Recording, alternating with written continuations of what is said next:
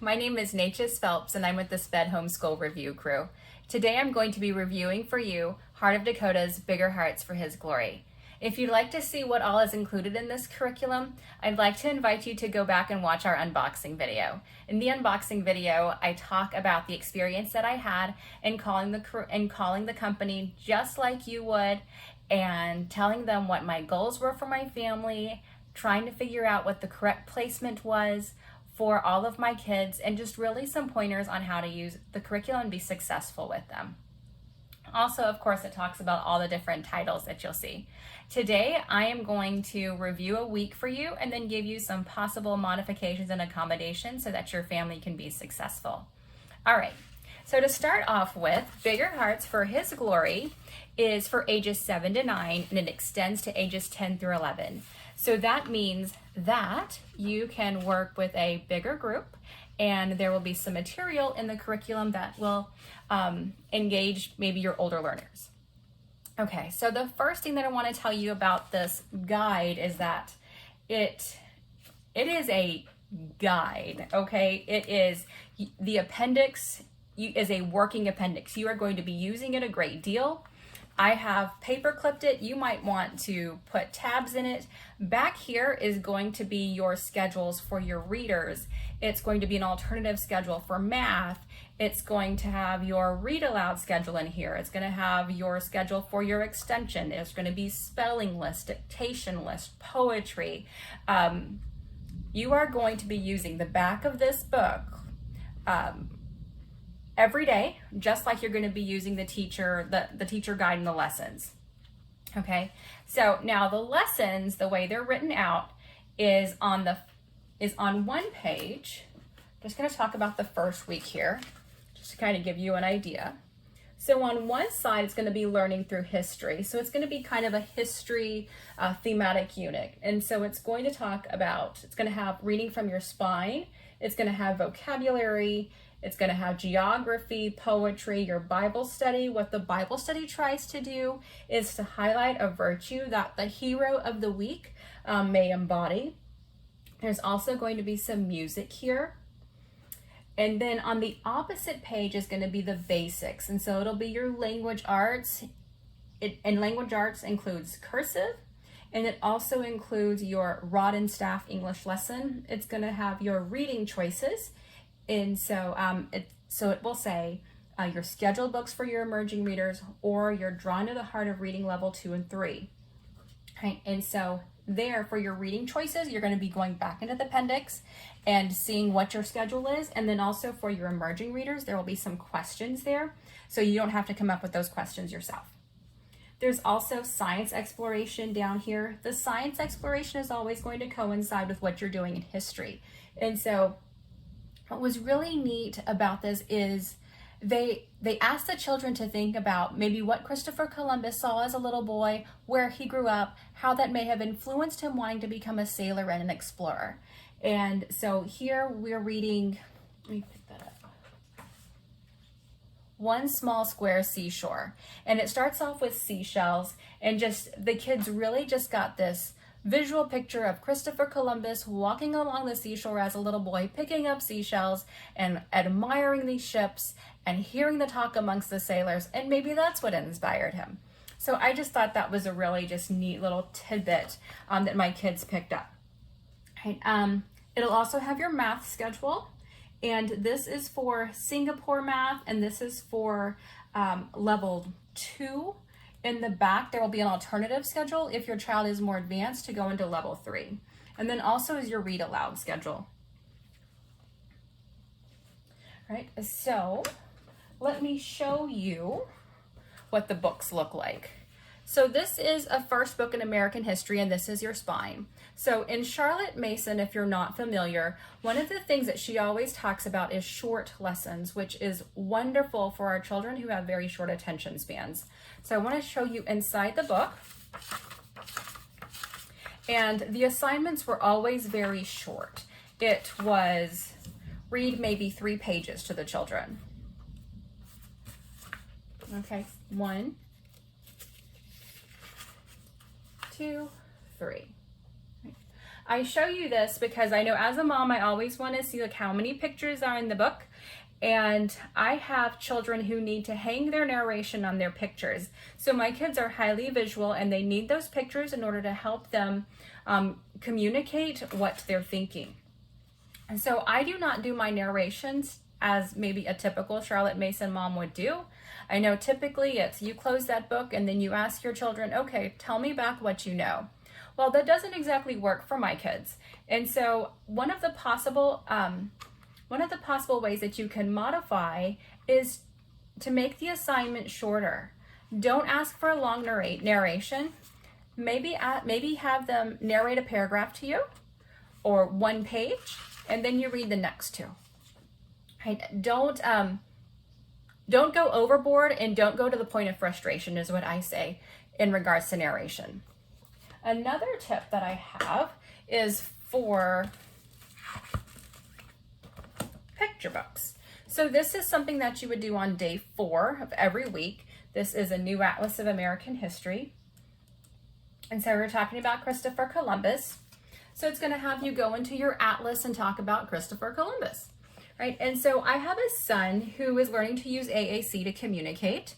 And there are so many things he doesn't know the words for and it doesn't necessarily occur to me that he doesn't have the word. So for example, he might point to ship. Well, if he has the word ship in his device, he'll tell me ship. And if he doesn't, then I go ahead and program it. I'll go ahead and program it in, right? And then later on, right, a few units later, we're talking about the Mayflower, for example, and he sees that word again. He sees that picture, ship. And so he can then communicate with us during our morning time. Okay, so what I do is I include any picture books in our morning time where we work all together. I have 3 kids and they're aged 14 to 7 and various types of disabilities, right? So that's what I like to do. Picture books in morning time, and then books that do not have very many pictures, I'll read to the kids during lunch, and then whatever they can get. And then if my big guy has to run off and play because he's not really following along, that's fine too, and I don't make him sit there. The key to making any curriculum work for your family is to make it work for your family. Don't feel like you have to do, like every single person has to do every single thing, right? And never push to the point of frustration is my big tip. The extension package. So these are the items that are included for maybe an older child to just extend what they're learning. It's meant to be done independently, but you can always do it as a read aloud. The other thing that you could do is maybe just get the audio version of it if there is one. Or you could tape record yourself reading it, and then they could listen to that if they'd like. Right, so the extensions for the first week included Pedro's journal, and again, very short assignments, maybe just read a few pages in the journal, and then also A Child's Story of America. And this one I think is a much easier independent read, right? The print is a little bit bigger, there are more pictures in here, and we didn't find the extensions to be difficult at all. Pedro's journal, if you're not familiar, is just a simple little chapter book. And it's written as a journal, so it's written by dates. Okay. Also, during the week on day 5 of every week, there's going to be notebooking pages. There will always be some labeling. Sometimes you're going to trace a route. Sometimes you're going to write something on there. They have some beautiful timelines as well. One of the tricks that we talked about when I was talking to the company is they talked about using a label maker. And for a label maker, you may even have one at home. It's just a simple device. It looks very much like a little typewriter, and you just type on it whatever you want to label something with traditionally. But here you can write down maybe the name of the person that you're going to put in 1600, and then you're going to type it on your little label maker. And then you're going to print it out, and then it's going to come with that little label. You're going to stick it on where it says 1600, and then your child can draw a picture. If they're not able to draw, maybe print one out from the computer, and then just cut and paste. Right, so there is always ways. On Friday, the extension packet asked us to read from Planet Earth. And what I really liked about that is that then my child was reading different genres and about different subjects throughout the school year, right? So, and always very, very short. This is a Christian curriculum and very biblical. And so a lot of the science is creationist or New Earth inspired.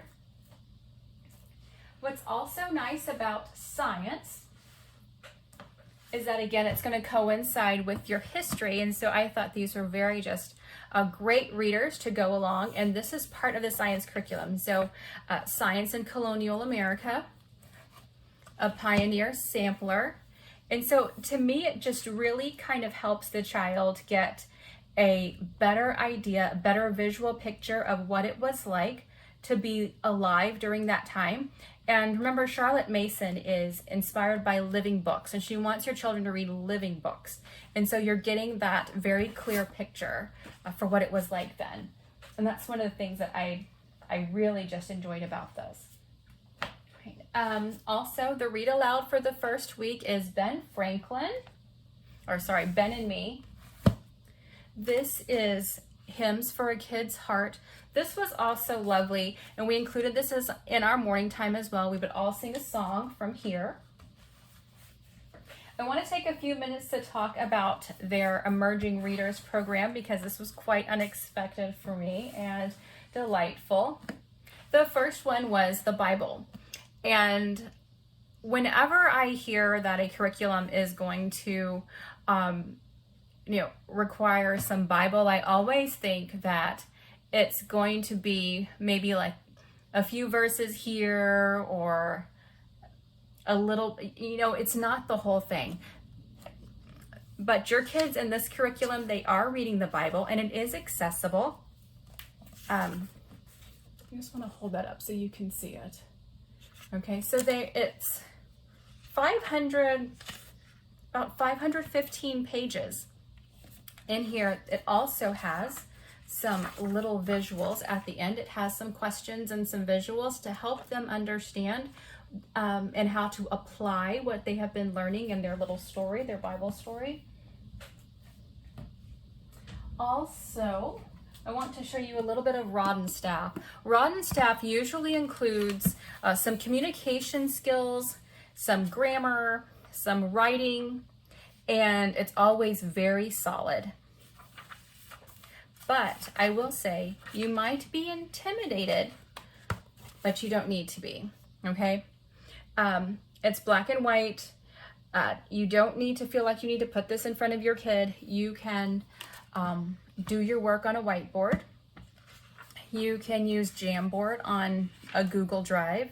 You don't have to have your child do all of the work. Your child can maybe do 1 or 2 sentences. You can space it out. You can go slower. You can go faster. It's all about what will work for your family and how to make something work for your family.